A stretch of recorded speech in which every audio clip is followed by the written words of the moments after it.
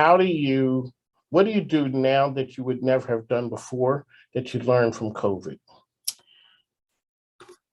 We started hiring people outside of Virginia. We probably wouldn't have done that. We were always sort of a hybrid organization in that we had people that were a consulting organization. So we had people that were working remotely, but it never really occurred to us that we could make that a permanent scenario. So we hired folks in Wisconsin, we hired folks in Arizona, we hired folks in Florida, sort of all over the place. And we would never have done that.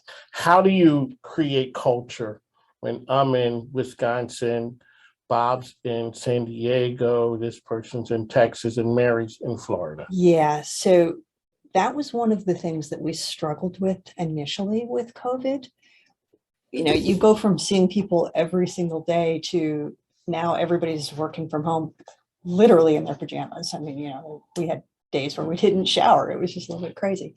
So we set up initially once a month kind of all team meeting where we had everybody get on video and we would do crazy things. We had wear your craziest hat to the video call, bring your favorite mug, bring your pet to work day. We had a call where we had everybody's cats, dogs, hamsters, whatever it was that they had on the call. So we did stuff like that.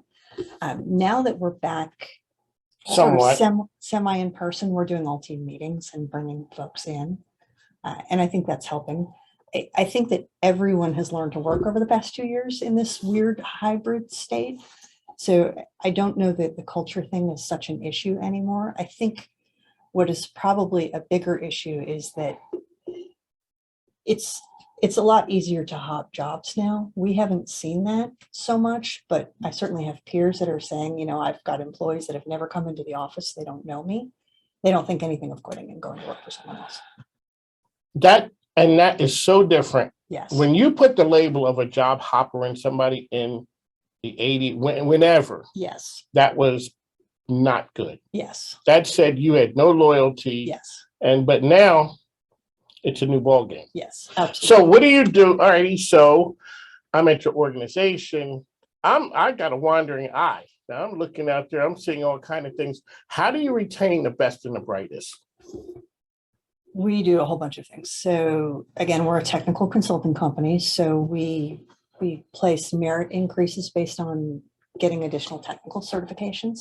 Okay. You know, the worst thing that can happen is you invest a whole bunch of money in training someone on technology, and then all of a sudden they're worth more and they go somewhere else because they can make more money. So you have to incent them to stay. We absolutely do that.